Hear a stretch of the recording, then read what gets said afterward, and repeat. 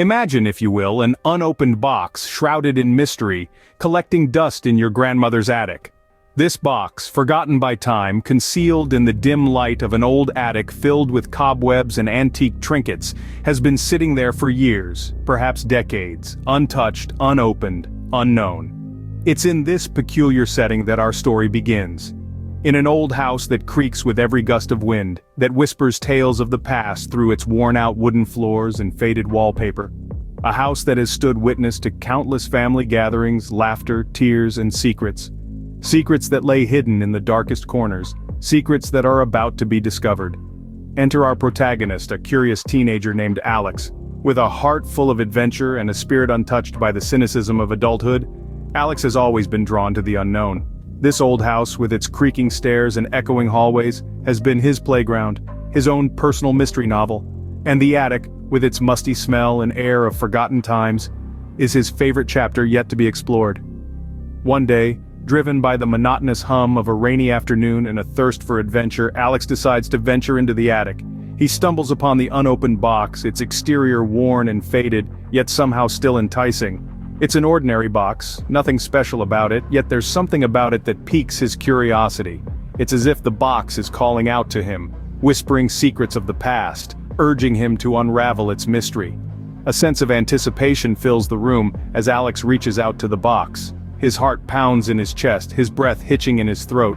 He feels a strange mix of excitement and apprehension, but his curiosity wins.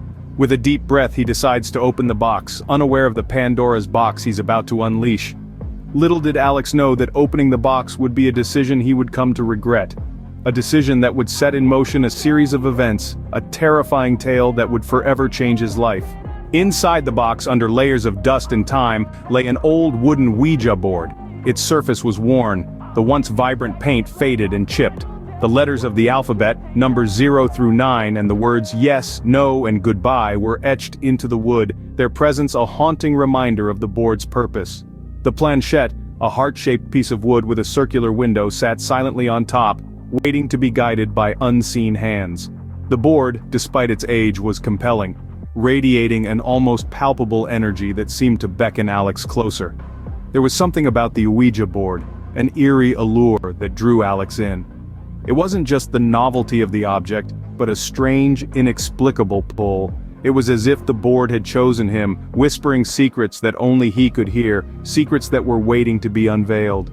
With a sense of both dread and curiosity, Alex decided to interact with the board. He placed his fingertips lightly on the planchette, his heart pounding in his chest. He felt a chill creep into the room, the air becoming dense like a fog rolling in from the sea. Alex began to ask questions, his voice barely above a whisper. "Is there anyone here?" he asked the silent room. The planchette remained still, offering no response. He asked again, this time his voice stronger, more determined. "If there's anyone here, please communicate." A moment passed, then another. Just as Alex was about to pull his hand away, the planchette moved. It was a slight shift at first, barely noticeable, but then it began to glide across the board with a life of its own. It spelled out YES, and Alex felt a cold shiver run through him. His heart pounded against his ribs like a wild drum, his breath hitched in his throat. Yet despite his fear, he continued to ask questions, compelled by a force he couldn't understand or resist. As the planchette moved on its own, spelling out answers, Alex could feel a chill running down his spine. The spirit through the board started to reveal a tale that was as intriguing as it was terrifying. The planchette began to move, as if guided by an unseen hand, spelling out the name of the spirit. Eleanor. She was a woman from a bygone era, her life marred by tragedy and her death, untimely and shrouded in mystery. The spirit's tale unfolded, like a novel written in the ether, with our friend Alex as the captive audience. Eleanor had been a woman of grace and beauty, much loved and revered in her community, yet her life was far from perfect. She was trapped in a loveless marriage, her dreams and aspirations stifled by the societal norms of her time. The spirit's tale was one of sorrow and longing, a poignant reminder of the struggles of women in a less enlightened era. As the spirit narrated her tale, Alex was drawn deeper into her world. He could almost see Eleanor, her face pale and eyes filled with unshed tears, trapped in a gilded cage. He could feel her anguish, her despair, and her desperate longing for freedom. The spirit's tale was not just a story, it was an emotional journey, a walk through the labyrinth of human emotions. Yet, As engrossed as he was in the spirit's tale, Alex failed to notice the subtle changes around him. The room was growing colder, the flickering candlelight casting eerie shadows on the walls. A sense of dread was seeping into the room, like a creeping fog that slowly engulfs everything in its path. The spirit's tale was not just a tale of the past, it was an invocation, a call to the other side. The spirit Eleanor was not just a passive storyteller, she was an active participant, using her tale to draw Alex deeper into her world, into her reality. Yet Alex was too engrossed in the spirit's tale to realize the danger he was in. He was too engrossed to notice the room growing colder, and shadows dancing on the walls. But then, the friendly spirit wasn't so friendly anymore. As quickly as a summer storm rolls in, the atmosphere in the room took a chilling turn. The once benign presence, which had been a source of curiosity and intrigue, was now a palpable force of malevolence.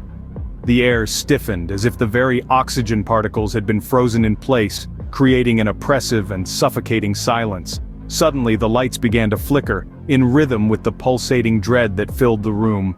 Each flicker was like the rapid blink of an unseen eye, watching and waiting in the dim shadows. It was as if the room itself was alive, responding to the spirit's growing hostility.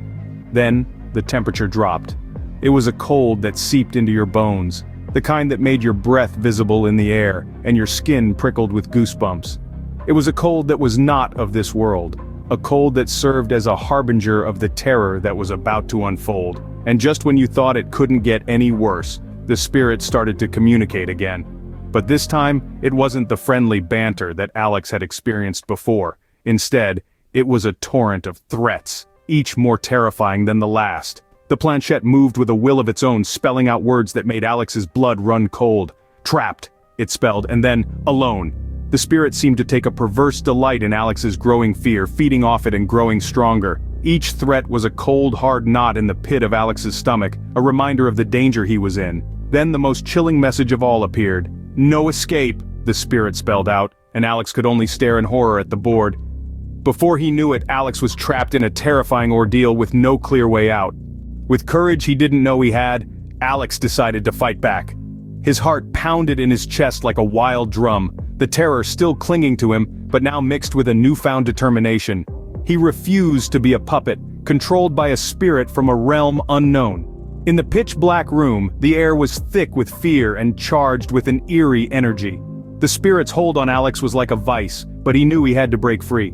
The Ouija board, once an innocent plaything, had turned into his worst nightmare.